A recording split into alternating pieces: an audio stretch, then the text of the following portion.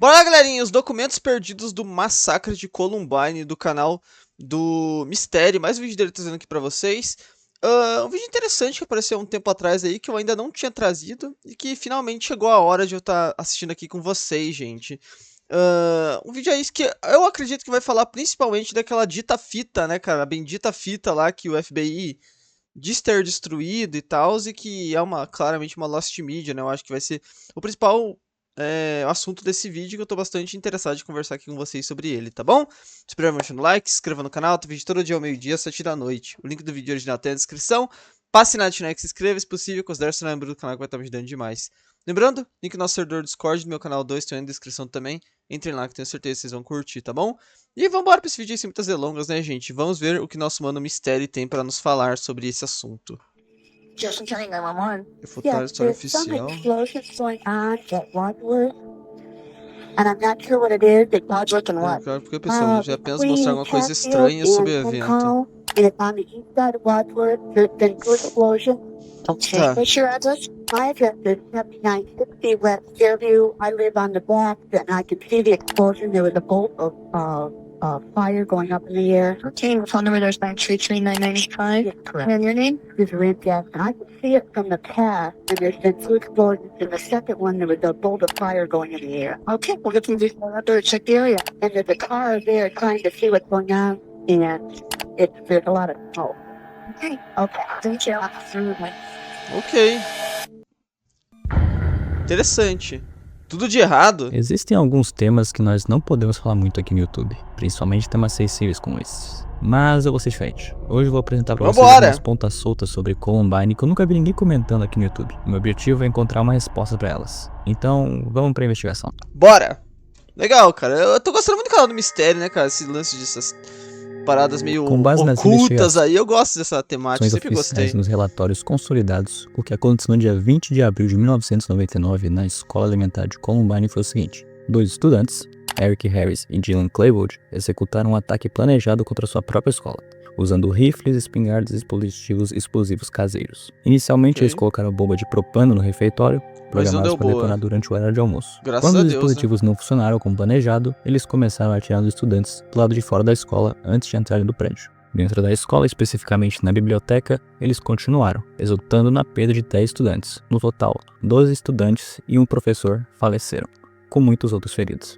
Após aproximadamente 1 hora, os dois... Novamente, é interessante que o massacre de Columbine, ele não é um dos com maiores vítimas, né, cara? A gente já viu vários casos aqui no canal com muito mais vítimas, mas ele certamente é o que... Ele é tão falado até hoje porque ele foi o que inspirou muitos dos outros, né? Ele foi a maioria dos casos que a gente vê aqui no canal, os caras foram lá e por meio de fóruns da internet souberam do caso, né? Tipo assim, acho que mais terrível ainda do que o caso em si foi a repercussão que ele teve no final, né? Que ele acabou inspirando muitos outros. Acabaram consigo mesmo na biblioteca. Todos os veículos confirmaram que Harris e Klebold agiram como os únicos responsáveis pelo planejamento e execução do ataque. Agora que tu sabe o que aconteceu, vamos ver a linha oficial do atentado. Bora! A narrativa oficial, conforme divulgada... É sempre bom lembrar que eu tenho um livro sobre Columbine que eu comprei uma vez e eu nunca li, mano. Tá ali na estante desde o dia que ele foi comprado, aquele da Dark Side. Pelas autoridades. Toda vez que tem vídeo sobre Columbine eu falo escreve isso. Os eventos da seguinte forma. Um dia eu vou ler. No dia 20 de abril de 1999, Eric Harris e Dylan Klebold faltaram às aulas de manhã. Entre as 6 e 7 da manhã, os dois compareceram à aula de boliche na AMF Bellevue Lanes. Harris é visto ameaçando uma aluna chamada Jessica Rosecrans entre as 6h15 e 6h20 da manhã. Às 7h05, Frank Ziegler observa Harris junto ao porta-malas de seu Honda Prelude no estacionamento Júnior, possivelmente com outro indivíduo. Entre as 7h20 e 7h30, Eric Harris entra na escola com Eric Harris tinha um carro já, né? Sarah Leary, enquanto 3 homens em camuflagem são vistos no corredor norte. 3 homens em camuflagem? Como assim? Harris entra na escola com Sarah, tá. Enquanto 3 homens em camuflagem são vistos no corredor norte. Entra na escola com Sarah Leary, enquanto 3 homens em camuflagem são vistos no corredor norte. Entre as 8h36, Eric compra 2 tanques de propano em um posto Kunoco, e às 9h12 comprou outro tanque em um posto Texaco. Eles retornam à escola e por volta das 10h55 a 11 horas colocam 2 bombas de propano no refeitório, programadas para explodir às 11h17. Entre as 10h15 e as 10h20, os dois são vistos fora da escola, entre os corredores principal e sul. Às 10h40, testemunhas observam um BMW preto com 4 ocupantes e um carro-tanque E um carro-tanque? fazendo retorno perto da escola.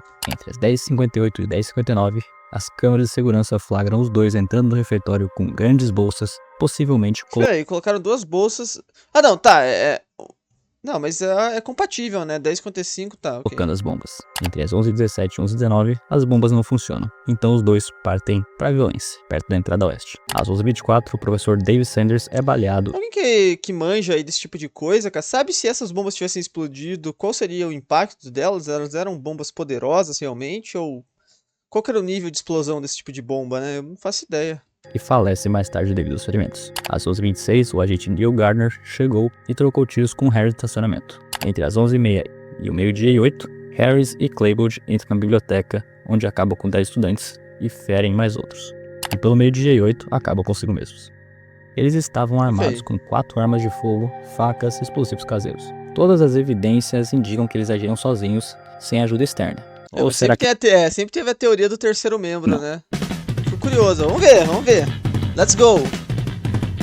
Com base nos relatos... Mas assim, é importante lembrar, né? Essas discrepâncias dentro do tempo, mas são baseadas em relatos, né? Então é muito possível que, ainda mais um evento traumático como esse, as pessoas tenham cometido enganos, né? As testemunhas. Vamos de ver. testemunhas e documentos investigativos, como os arquivos 11K e 10K, tem várias inconsistências que surgem em relação à narrativa oficial.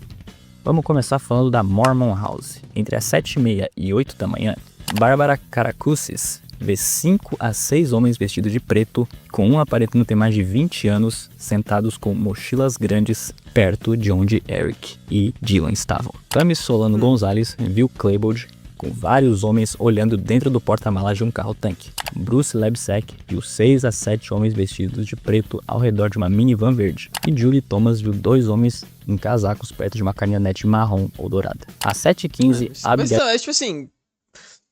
Tá, pode ser estranho, mas... Pô, pode ser simplesmente coincidência. Tinha fora do colégio, tinha homens de preto, homens usando jaquetas pretas, mexendo no carro, sabe? Tipo, Bowles vê Eric Harris Mas no ok, refeitório com um homem não identificado.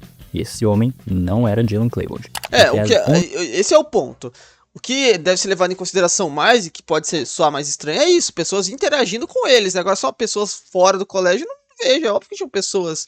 adultos, etc, porque o colégio ficava no meio da cidade, não? 11h10 e 11h15, Stephanie Haney vê Eric Harris e Dylan Clayboard caminhando com um terceiro homem mais velho. Esse homem tinha um cabelo loiro sujo, um corte de tigela e parecia ter mais de 20 anos. Às 11h15, Patrick Vassar vê Mais de 20 anos eu era estudante, né, eu imagino. 4 a 5 indivíduos com casacos saindo da entrada principal. Às 11h20, Adam Campbell vê Harris no estacionamento com outros 2 a 3 homens. Ok. Basicamente são evidências de que eles interagiram com outras pessoas. Mas pode ter sido só isso também, né, cara? Mas é estranho não identificarem pessoas assim, né? Nem em câmera de segurança, etc. De acordo com a CNN e outras... Não pôde fazer um post na OL enquanto está fora de casa, especialmente em 1999. Você não pode. De acordo com a CNN e outras fontes midiáticas, Eric Harris teria acessado uma sala de chat da American Online às 8h41 da manhã de seu computador doméstico e postado as seguintes informações. Nome de membro, Eric Harris. Hobbies, hoje é meu último dia na Terra. Computadores, esteja preparado. Esse conteúdo foi descrito como atualização de perfil ou uma mensagem em uma sala de chat, mas o formato se assemelha mais a um perfil de usuário da American Online na época, onde os membros podiam incluir detalhes pessoais em seções como hobbies e computadores. Mas aí que vem o problema com essa confirmação. Não tem nenhuma documentação oficial sobre isso, já que esse post nunca foi comprovado por registros da American Online ou incluído em documentos oficiais do caso. A fonte primária é a CNN, que não divulgou como obteve essa informação. E não tem evidência física, não tem capturas de tela, logs de chat ou nenhum registro de IP que comprovam que o Eric Harris fez essa postagem nesse horário específico. Em investigações de crime, esse tipo de evidência digital seria crucial, mas ele nunca foi apresentado. Ou seja, é fisicamente impossível que isso tenha acontecido. Pelos seguintes motivos. Às 8h36 da manhã, Eric Harris comprou 2 tanques de propano e um Conoco em West Sheffield. Os recibos oficiais confirmam isso. Harris precisou pagar o funcionário Stangal para abrir o cadeado da gaiola de propano e carregar os tanques até o seu carro. E isso levaria pelo menos de 3 a 5 minutos. Pô, mas O Canuck qualquer um pode comprar um tanque, pra que serve um tanque de propano, né, cara? fica a 3 minutos de carro da casa do Harris, com base nos mapas e testemunhos. Então, mesmo que ele fosse direto para casa, ele chegaria por volta das 8h40 da manhã.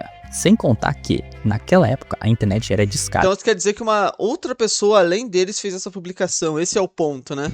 Então o Harris teria que estacionar o carro, entrar em casa, ligar o computador, o que ia levar vários minutos, conectar-se à American Online via modem discado, só o login levaria tipo uns 2 minutos, dependendo da conexão, e navegar até uma sala de chat, digitar essa mensagem e postar. Então, mesmo sob condições ideais, é impossível que o Harris tenha feito tudo isso às 8h41 da manhã.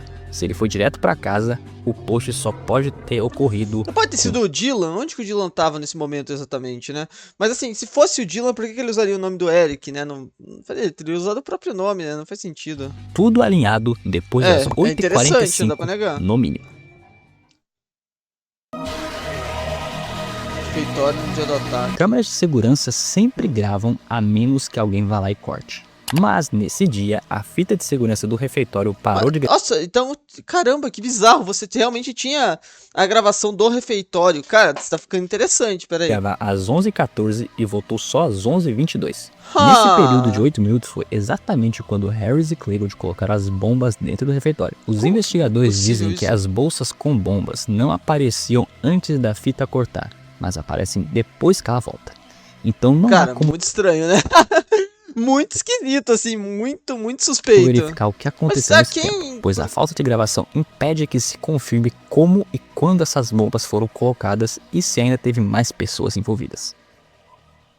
Mas se teve mais pessoas envolvidas, tipo assim, se teve mais pessoas, vamos levar em consideração que foi a polícia ou alguém que desligou essas câmeras, né? Porque certamente não teria sido eles, porque eles não queriam fugir dali, né? Eles sabiam que ele era o último dia deles. Então eles até gostariam, na verdade, eu imagino que tivesse gravações disso, por causa da fama e tudo mais que eles queriam ter desse ataque. Então não seria eles não teriam, sei lá, de alguma forma hackeado as câmeras, eles nem teriam conhecimento para isso, imagino, né? Mas eles não teria sido eles. Mas se foi alguém que apagou elas, quem teria feito isso? Foi a polícia? Por que a polícia ou alguém gostaria de que esse ataque acontecesse? Talvez fosse mais provável se alguém do colégio que mexesse com esse lance de câmeras. Mas se foi isso, por que o Eric... Entende? Esse é o ponto.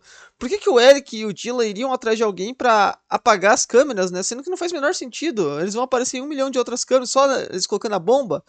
Certamente eu acho que eles gostariam que a imagem da bomba explodindo aparecesse, né? Faz sentido. Estranho. Eric Harris comprou 3 tanques de propano na manhã do ataque. 2 às 8h36 e 1 às 9h12 da manhã. Mas qual que é o problema? Qual que é a diferença? Será que ele não foi suficiente? O problema é o seguinte, os tanques que foram encontrados no refeitório depois do ataque tinham ferrugem, o que indica que eles eram velhos.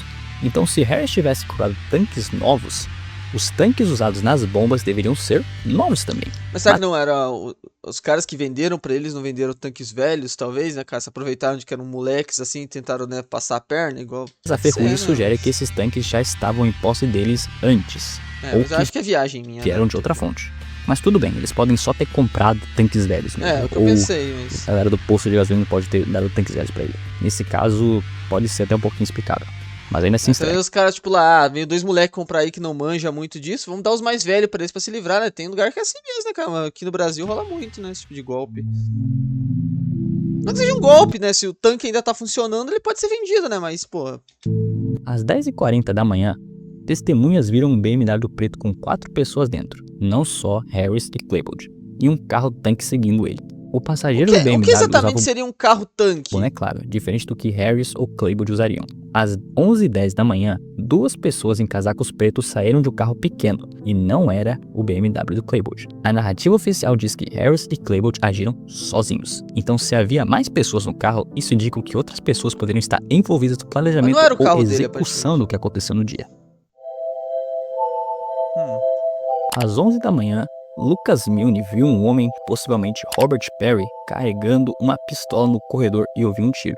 Às 11h15, Cary Clapper viu um homem, que era possivelmente Harris, com uma arma no topo das escadas. Mas aí que tá. Mas ninguém investigou aquele cara ali, aquele Perry? O ataque oficialmente só começou depois das 11h19 da manhã.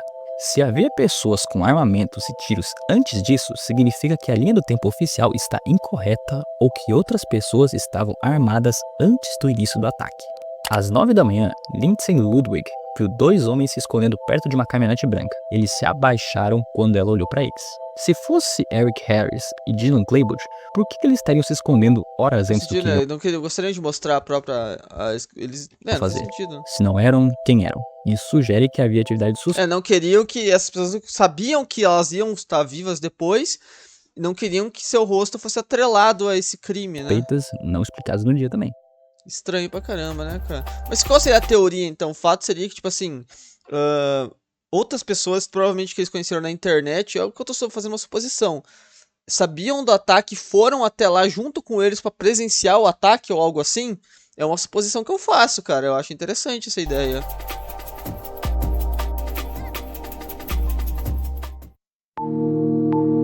Tá, bora. Aqui tem uma lista de todo mundo que faleceu no dia. E qual que é o problema com isso? Vamos começar pela Cassie Burnham, que tem provavelmente a história mais famosa do dia. Inicialmente circulou a história que Cassie foi perguntada se acreditava em Deus e foi executada por dizer sim. Mas aí que tá. Essa conversa, ela realmente aconteceu. Mas é meio aleatória essa conversa. E outra, né? Quem que... Mas foi com outra pessoa chamada Valen Schnur, que já havia sido baleada 2 vezes. Quando... Não, porque tipo assim, se essa história aconteceu, quem que ouviu, né? Deve ter sido alguma terceira pessoa, já que os 2 não sobreviveram, né? O Dylan perguntou se ela acreditava em Deus e ela disse sim. Ela apenas perguntou por quê. E depois foi embora. Eric Harris acabou com ela sobreviveu então. Cassie no dia, sobre outra mesa sem nenhum diálogo religioso. Essa história incorreta inspirou um livro chamado She Said Yes e se tornou um símbolo religioso. Então, como assim a história mais famosa de Columbine já é marcada em uma mentira? O que está acontecendo? A versão oficial diz que ela estava almoçando com um cara chamado Richard Castaldo no topo das escadas perto da entrada oeste da escola. Porém, a testemunha Jennifer Smoo falou que Rachel estava num tal de Smoker's Pitch com o Eric Harris pouco antes do tiroteio começar. Além de que, a mãe da Jessica Rosecrans alegou que sua filha estava com a Rachel quando ela foi baleada. Aos depoimentos oficiais, a Jessica negou estar com ela no momento, o que já levanta mais suspeitas ainda. A versão oficial... Só pra falar, hein, cara, parabéns aí, Mistério. Cara, que fantástico o teu conteúdo, cara. Nunca pare de fazer vídeos que eu tô gostando muito, cara. Diz que o William David Sanders foi baleado uma vez subindo essas escadas às 11h24 da manhã. As testemunhas relatam que ele fez 2 subidas pelas escadas e foi baleado em momento diferente. Sem contar que a fita de vigilância, ela tá faltando. A fita de segurança, no caso, que é do refeitório, tem uma lacuna de 8 minutos entre as 11h14 e as 11h22. E ela cobriria exatamente os movimentos do William Sanders. A explicação oficial é de que o zelador estava trocando a fita e por isso ela foi corrompida. Mas é uma coincidência, assim, muito grande, né?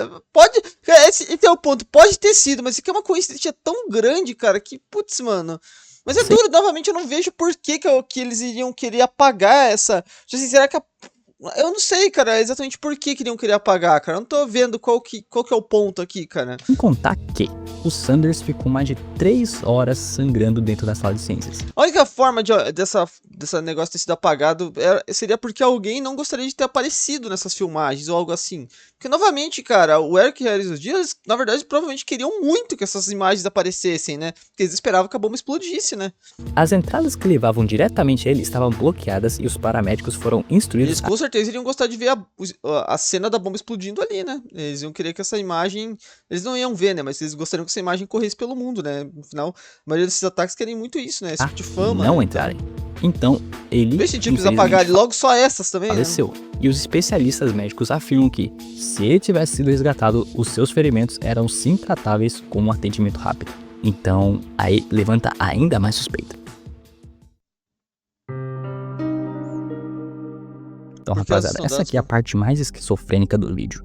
Isso aqui foi baseado em um documentário que eu peguei da internet gringa, e isso aqui tem muita cara de tá incompleto. Então pegue tudo que eu vou falar nessa parte aqui em específico com uma pitada de sal, porque pode sim estar errado, ao mesmo tempo que pode estar certo. O que eu recomendo, vejam vocês mesmos. Esse aqui foi a parte que eu encontrei, então eu vou falar pra vocês.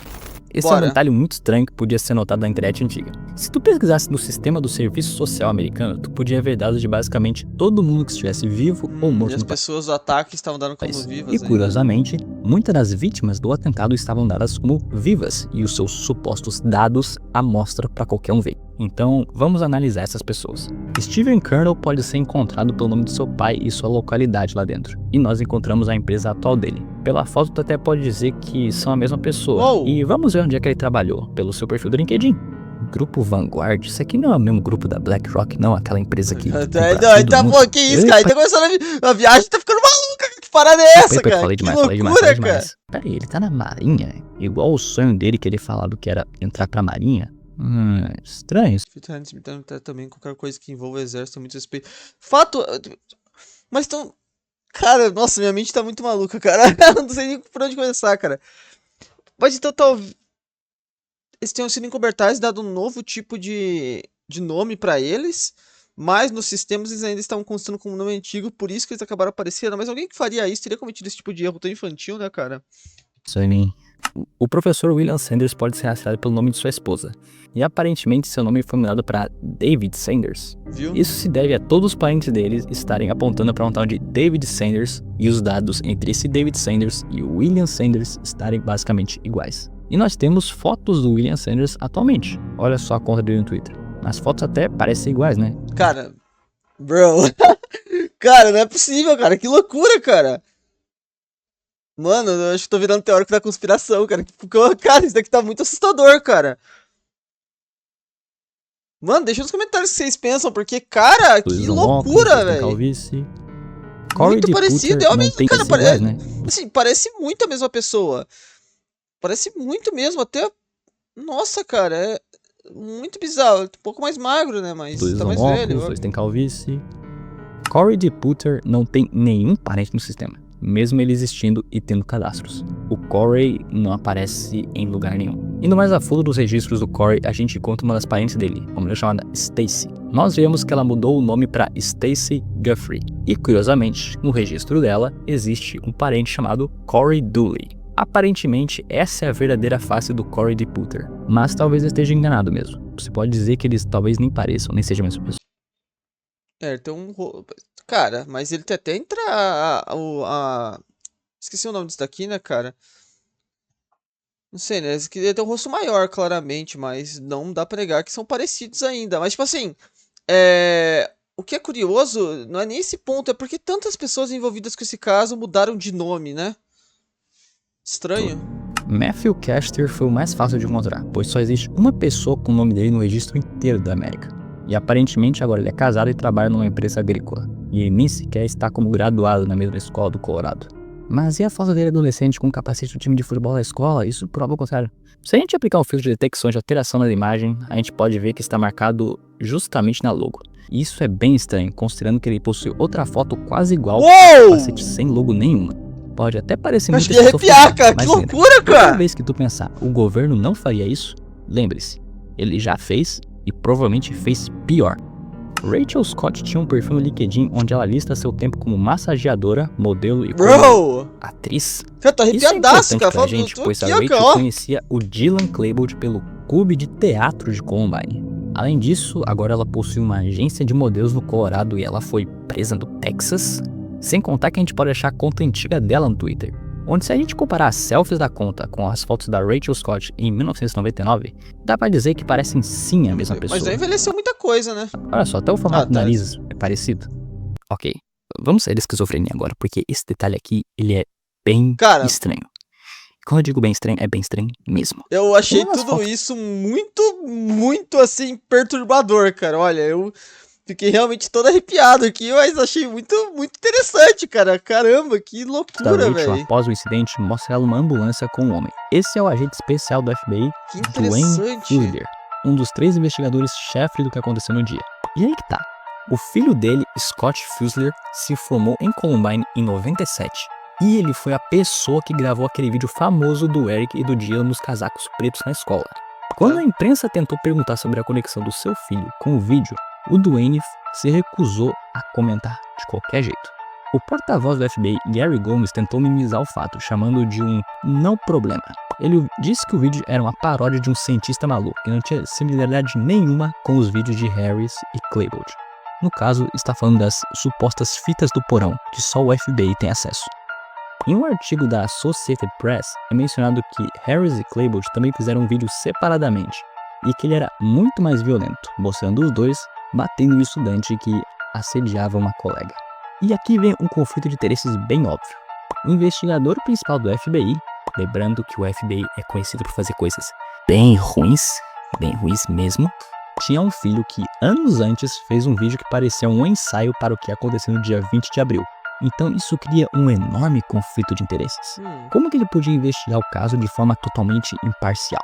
E a existência desse vídeo antigo feito por um grupo diferente de estudantes sugere que a ideia de um ataque com casacos já estava na cultura da escola. A teoria é que o próprio acontecimento de 99 pode ter sido de alguma forma um exercício de treinamento orquestrado ou um script, que foi realizado assim como alguns acreditam que outros acontecimentos foram. O que o artigo menciona como uma prova forte disso é o fato de Duane Fusler ser um especialista em psicologia, negociação e principalmente na síndrome de Estocolmo. A teoria sugere que o evento foi usado como um experimento psicológico em massa. O objetivo seria estudar como o público e a mídia reagiriam a um trauma tão grande, potencialmente para ver como as pessoas desenvolvem uma dependência e confiança, como acontece na síndrome de Estocolmo, em relação às autoridades, em momentos de caos e medo. E para piorar, a publicação de um boletim do FBI sobre a síndrome de Estocolmo, logo depois do que aconteceu, no caso foi lançado em julho de 99, é interpretada como uma pista de que isso era parte do tal estudo. Se tu acha que isso é muita coisa, quero que lembre, eles já fizeram coisa pior, e a gente tem prova disso, então não duvide. Cara, muito interessante toda essa teoria, assim, não sei até que ponto eu acredito nela, mas... deixa uma pulga atrás da orelha, não dá pra negar, rapaziada. Chegou até aqui, por favor, deixa um like aí, se inscreva no canal, não custa nada, você vai estar me ajudando muito, tá? E por favor, deixa sua opinião nos comentários que eu vou estar lendo depois, tá bom? Outros atiradores. Eita, que essa parte aqui vai dar polêmica, hein? Múltiplas pessoas viram atiradores dentro do refeitório. Vamos ver a lista aqui. Mas esse é o ponto que é esquisito, tá? Vamos... Mas acho que você tem duas teorias aqui. Se as pessoas têm alguns que estão vivos até hoje, quer dizer que foi basicamente um grande teatro que teria acontecido. Então não faria sentido que as pessoas vissem outras sendo, né, desfalecidas, né? Mas seria mais simples que realmente o ataque tivesse acontecido, mas, dando uma teoria da conspiração, mas tivesse outras pessoas envolvidas, inclusive FBI e essas coisas, né? Porque esse lance das pessoas estarem vivas, que me pegou muito, ele é mais difícil de se explicar, né? Enfim. Adam Kyler viu Dylan entrar pelo lado sul do refeitório e atirar. Porque eu acho que assim, você tem claro, você pode dizer que se você quiser entrar na pira maluca, você pode falar que tudo isso foi manipulado também, porque você tem testemunhas que viram as pessoas serem, né, ali perderem a vida. Brian Fusler, o mesmo cara lá, viu Klebold de pé dentro do refeitório atirando em direção às escadas. Brandy Malanson viu dois homens com casacos e máscaras pretas entrando dentro do refeitório, e um deles com uma arma. Brittany Gillette, sim, Gillette igual da máquina Gillette, identificou Klebold como o atirador que entrou pelo refeitório. E Justin Norman descreveu Klebold entrando pelo lado oeste e atirando fazendo um movimento de varredura com a arma. Bem conflituoso. Ok, a gente tem alguns padrões aqui. Vários atiradores foram vistos, alguns combinavam com os dois e outros não combinavam de jeito nenhum, pois eles eram mais baixos, com roupas diferentes e até usando máscara. Sem contar nos relatos que a gente tem deles andando calmamente pelo refeitório ou até conversando entre si, o que é bem estranho. E a parte mais suspeita é essa aqui.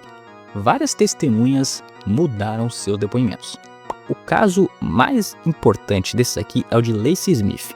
Ela disse que viu Robert Perry puxar uma arma e começar a fazer o tal movimento de varredura. E meses depois, sob pressão dos investigadores, ela mudou completamente a história. Ela disse que tinha uma imaginação vívida e não sabia mais o que viu. Elisha Insignias diz ter visto 3 pessoas com arma entrando no refeitório. 3. E ouviu um deles dizer, Joe, aonde você está? E depois ela mudou Joe. seu depoimento. Lisa Forgan descreveu atiradores com roupas diferentes, camisa laranja, boné azul, e disse que vê eles entrando pelo refeitório. Os investigadores disseram que ela confundiu com os professores, o que não faz sentido nenhum. O que os professores iam fazer atirando no refeitório? Em vez de investigarem esses relatos, os investigadores fizeram o seguinte: eles desacreditaram nas testemunhas que viram coisas diferentes, disseram que estavam confundindo, pressionaram Não, testemunhas claro que você pode entrar no fato de que foi um evento extremamente traumatizante e que as pessoas podem ter se confundido, mas que é bastante estranho, né, mudar cara? seu Muito depoimento estranho, na e verdade. ignoraram relatos que não combinavam com a narrativa oficial. Sem contar que eles têm evidências físicas que apoiam essas testemunhas. O professor David Sanders, por exemplo, ele foi baleado. A bala veio de baixo para cima, indicando que quem atirou estava no refeitório e não no andar ele de tava em cima, cima. igual a narrativa oficial fala. Vários estudantes escreveram balas passando por suas cabeças enquanto subiam as escadas, o que também não faz sentido, sem contar do material caído do teto enquanto eles corriam.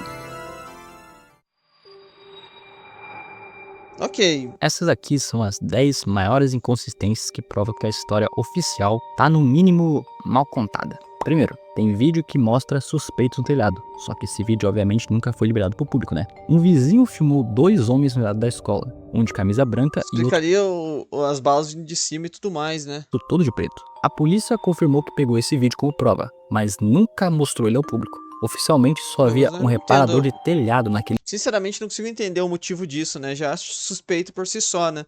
Eu acho que muitas vezes eles usam esse lance de traumas e tal, que é um evento traumatizante pra não... Sei lá, se fosse meu filho envolvido num caso desse aí, tivesse sido uma das vítimas, eu acho que eu gostaria de ver todo tipo de gravação possível pra entender o que aconteceu. dia. Então, se esse vídeo existe e mostra pessoas no telhado, significa que a polícia está escondendo evidências de que havia mais gente envolvida. Segundo, Dylan Klebold estava na casa do amigo Nate Dyckman na manhã do ataque. Várias testemunhas viram Dylan Klebold na casa de Nate na manhã do Tá, ataque. mas ok, até aí. Contaria completamente a história Ah, tá. e É, porque toda aquela depoimento linha do oficial tempo, né? do Nate. Tá, e quem falou isso? Bom, o vizinho viu o carro do Dylan na garagem do Nate às 7h30 da manhã. Carro, né? Nate Tipo, foi visto saindo da escola e voltando antes do tiroteio. Terceiro, policial com tiros vindo no arbusto. Uma policial mas pode chamada ser pode ser que ele foi avisado, né, pelos caras, ó, vai pra casa que vai ter um tiroteio, né? Brobski Esse viu ponto, mas o e carro ouviu tá lá tiros estranho, né? vindos de trás de um arbusto do lado oeste da escola. Ela prendeu um homem armado com um rifle e uma faca, mas depois a polícia disse que a arma era apenas um rifle de pressão.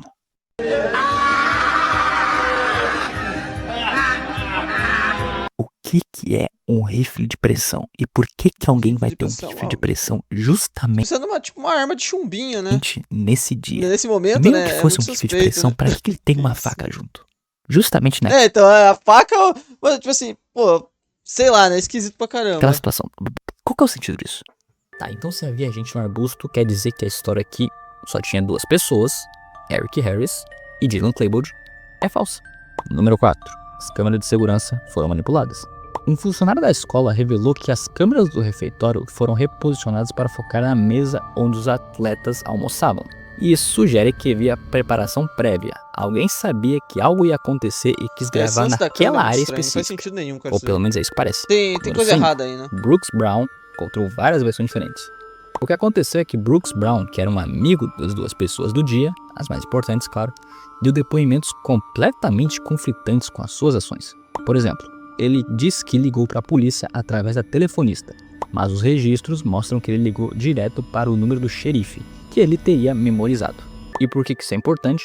Já que as suas Memorizado? histórias não batem, isso pode sugerir que ele está encobrindo algumas informações. Número 6. Chris Mas- Morris também mudou sua Mas história. pode ser um erro ali, né? Chris Morris, que é uma Polícia e o número do xerife. testemunha, inicialmente disse que foi É, até a a polícia, escola no para final, ajudar a polícia e foi preso. Depois a polícia disse que ele estava em casa e eles foram buscá-lo. E assim como Brooks Brown, as suas versões mudam. Então pode ser uma coordenação de depoimentos, né? Número 7. O professor David Sanders subiu as escadas 2 vezes, e não uma. O que aconteceu Por que é que a ter versão oficial subido diz que o professor David 2 Sanders vezes? É muito subiu as estranho, né? escadas uma vez e foi baleado. Testemunhas dizem que ele subiu a escada 2 vezes. E como prova, os alunos ouviram com as mãos sangrando, mas sem nenhum ferimento do rosto da primeira subida. Ele ajudou os alunos a saírem antes de ser baleado na segunda subida. Tá, ele subiu, deviu os alunos, provavelmente voltou pra ajudar e subiu de novo, né? Pelo menos é isso que diz. Número 8. Essa aqui é esquisita.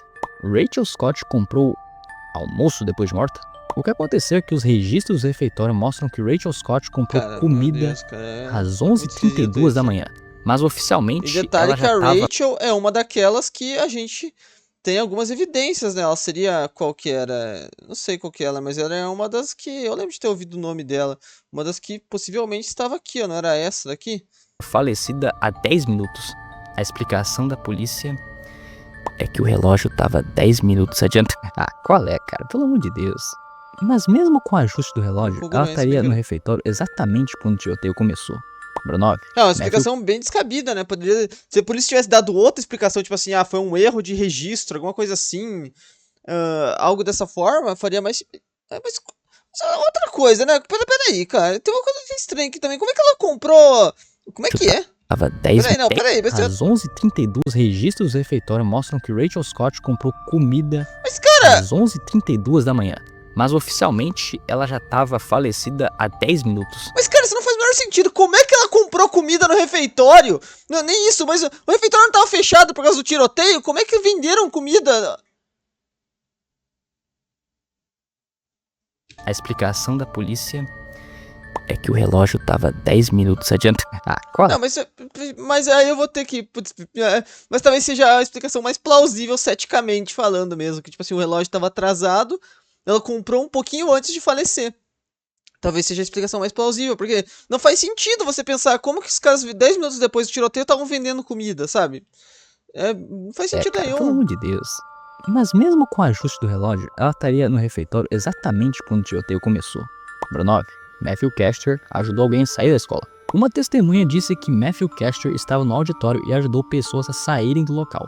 Só que aqui tá o problema. Oficialmente, o Matthew estava na biblioteca o tempo todo e faleceu lá. E se Matthew estava no auditório ajudando pessoas, significa que a cronologia oficial Tá errada, né? dos eventos está errada. Número 10. Pode ser confundido, 8 mas minutos cruciais sumiram das fitas do refeitório. Esse é o mais bizarro. A não faz explicação sentido oficial é a nenhum. seguinte: o zelador demorou pra trocar a fita.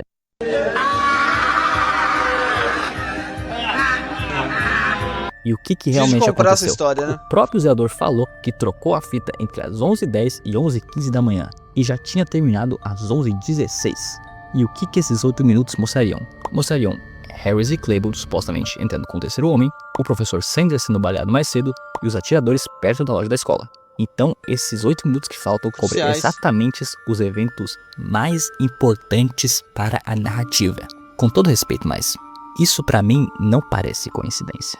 E dado a reputação dessas agências de inteligência, a gente pode dizer que talvez não seja mesmo. Mas qual que é a sua teoria, o Mistério? Isso que eu gostaria de saber, né? Qual que é a teoria que o Mistério tá seguindo, né? Claramente ele acredita que teve coisa diferente. Eu quero saber qual que é o ponto dele aqui, né? Segundo a polícia, só havia uma pessoa no telhado daquele dia. Um homem chamado Chris Clark, que era um reparador de ar-condicionado. A história oficial Porque diz assim, que... a gente tem várias evidências interessantes aí. Mas como você formaria uma outra linha do tempo que fosse coesa, né? Envolvendo essas teorias? Ele estava consertando o vazamento quando aconteceu o que aconteceu. Ele fechou a escotilha do telhado com um alicate, foi resgatado pela polícia mais tarde e ele usava uma camisa listrada com vermelho, branco e azul. O problema é o seguinte: múltiplas pessoas viram coisas completamente diferentes. Dezenas de estudantes e testemunhas relataram pessoas com armamentos no telhado. Vamos ver a lista aqui. Candice Cushman, ela falou o seguinte: vi alguém no telhado com o que parecia ser um trench coat preto. Ele estava mirando uma arma. Michelle Fox, vi uma pessoa vestida de branco no telhado da quadra segurando algo comprido e apontando para o norte. Mas o que essas pessoas estariam fazendo ali exatamente, pensando nesse todo esse esquema? Eles estariam atirando ali de cima? Não faria muito sentido, né? Porque se era esse o caso, por que eles poderiam ter feito muito mais vítimas do que fizeram? Só estavam escolhendo alvos de fato, mas no meio dessa multidão é meio complexo, né? Jessica Lucero, ela saiu da escola e viu um indivíduo vestido de preto segurando uma arma no telhado. Nicole Nolan, Eles são ela muitos disse: relatos, né? enquanto esperávamos, vimos um dos atiradores do telhado da escola patrulhando a área de cima. Karen Drinon e Mark Valério, usando uma câmera com zoom, viram duas pessoas no telhado, uma de camiseta branca e outra com uma camiseta branca de listras vermelhas. É, são muitos relatos, né, cara? Mais de 6 testemunhas ali, Em né? 2001, um bombeiro chamado Philip Skaz revelou algo muito bizarro. Ele participou de um treinamento da ATF, que era a Agência de Álcool, Tabaco e Armas de Fogo, e um instrutor da ATF mostrou para ele fotos forenses do atentado. E nas fotos se via 6 a 10 cartuchos de bala diferentes no telhado da escola. Os cartuchos eram de calibre .223, completamente Rifle, né? diferente das armas que Harris e Claiborne usaram, que eram cartuchos 9mm e cartuchos de espingardas. E quando perguntado sobre mais atiradores, o instrutor falou o seguinte: fora do registro, eu sei que havia mais pessoas envolvidas. E o que aconteceu com a pessoa que revelou isso? O que aconteceu com o Philip? Aconteceu o seguinte: Sumiu? ele foi preso pouco antes de revelar essa informação, acusaram ele de fazer ameaças de bomba pela internet e encontraram armas legais em sua casa. Lembrando, legais, não era nada ilegal. Será que o mesmo vai acontecer comigo, hein? Será que eles vão pegar aqui em Padrão do Chapadão do Pau Terra, Minas Gerais? Tem que se preocupar, hein, cara. Cara, essa parte das Segundo a máscaras aí história não tem oficial da lógica polícia, nenhuma, né? apenas uma máscara foi encontrada como prova. Uma máscara verde de esqui, junto com luvas pretas, perto do casaco de Eric Harris. No entanto, dezenas de testemunhas, estudantes e outros presentes relataram ter visto múltiplos atiradores usando máscaras em lugares diferentes e em momentos diferentes durante o acontecimento. De fora da escola, as testemunhas também falaram que viram atiradores com máscaras. Então, se Dylan estava usando uma máscara, como ela acabou perto do casaco do Eric?